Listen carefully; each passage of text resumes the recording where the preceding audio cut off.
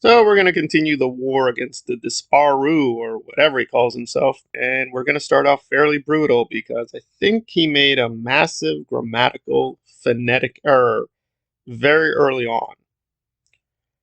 And type Bs don't. There's literally not a single reason to sit like that, unless you're trying to imitate a man. But the best bit is that the showrunners clearly understand that there are different societal messages given out by body language across the Texas. So for a man, Well, I heard Texas, but I could be wrong. I think he means texts, as in text plural.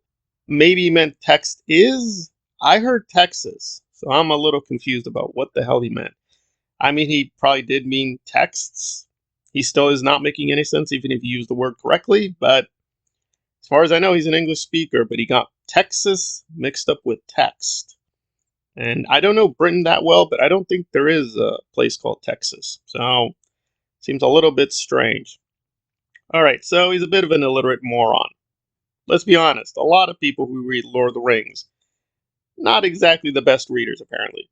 But let's jump on to the meat of the issue and expose his usual racist hypocrisy.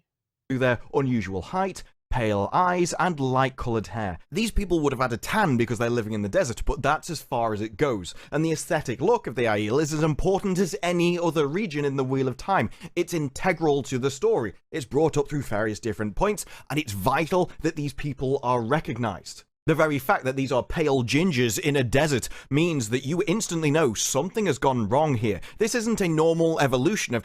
No. These people read the books. They went through and looked at everything. They knew that female dwarves had beards. They knew that the way people looked. They knew that actually the certain chemicals in people's skin, which are there for a reason, and that maybe dwarves don't need protection from the sun when they...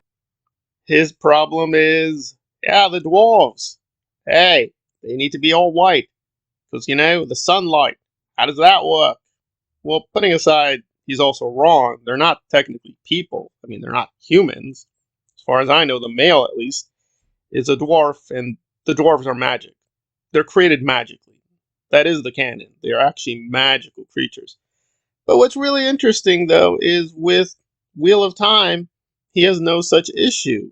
In fact, quite the opposite. He doesn't care what biology or ecology or physics say.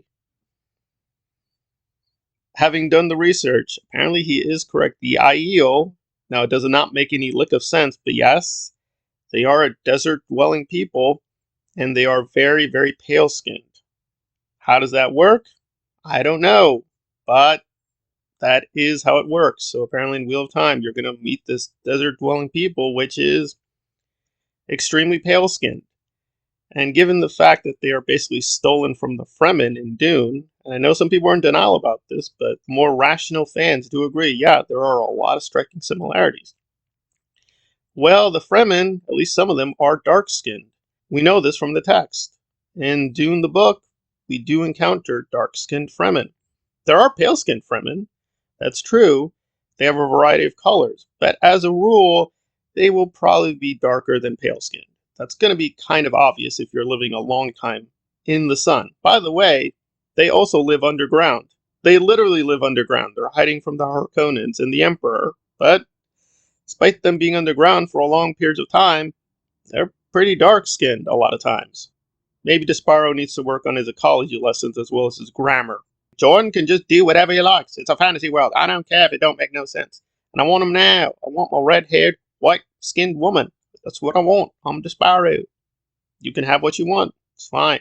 But now with Amazon Lord of the Rings, they had better follow the real world ecology, or I'm going to say this is woke nonsense. Well, there's definitely nonsense occurring, but I don't know if it's from Wheel of Time or even Amazon. But from your racist hypocrisy, yeah, I can see some problems.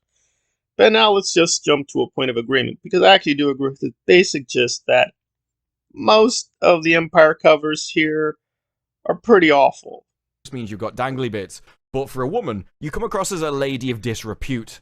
Or if that doesn't translate internationally, it means you look like a bit of a whore. And the showrunners clearly understood the difference. Why? Because they had to cover up. Because at some point, the photographer made her do the pose and thought, oh no, we can't have her do that. She's going to be winking at the audience. We better get some chainmail on her to cover her up. The fact that you had to cover up means that you knew there was something inherently wrong with the pose, and yet you decided to do it anyway. Why? Because you see femininity as a weakness. That's why in the original Lord of the Rings trilogy, we had this. Whereas now, we've got this. You lie! You're a fucking liar! Shut up! Yeah, I agree. It's very problematic, but Galadriel, I'm a little not clear what he's saying. So his stance, I guess, is Galadriel is in a manly stance. That can't be the case because she's not a man.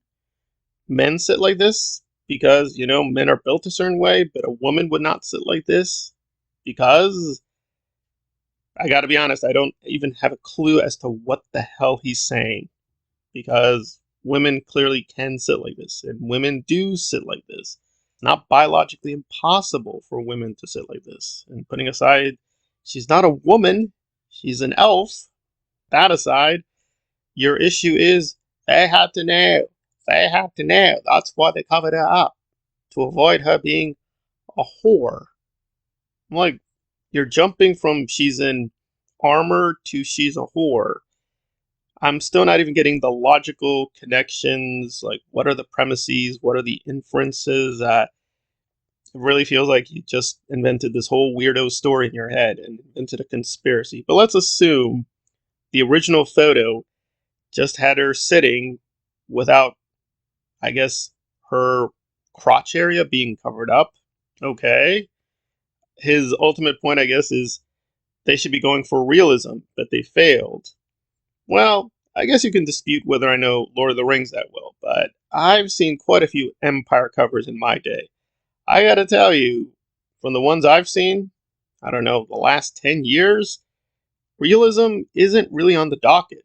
They often do go for very fantastic poses and fantasy oriented covers.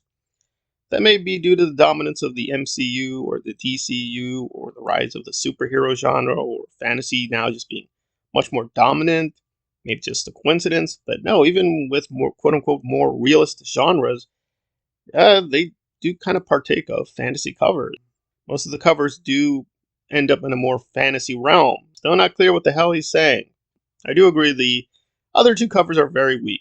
The way they're showing the hobbits and the dwarves, it's probably not going to inspire a lot of hope in terms of the Amazon series going to be great, but I think Galadriel looks fine. She looks fine canonically. I don't see any issue with her wearing armor. As far as I know, that does fit the canon, or even this particular stance.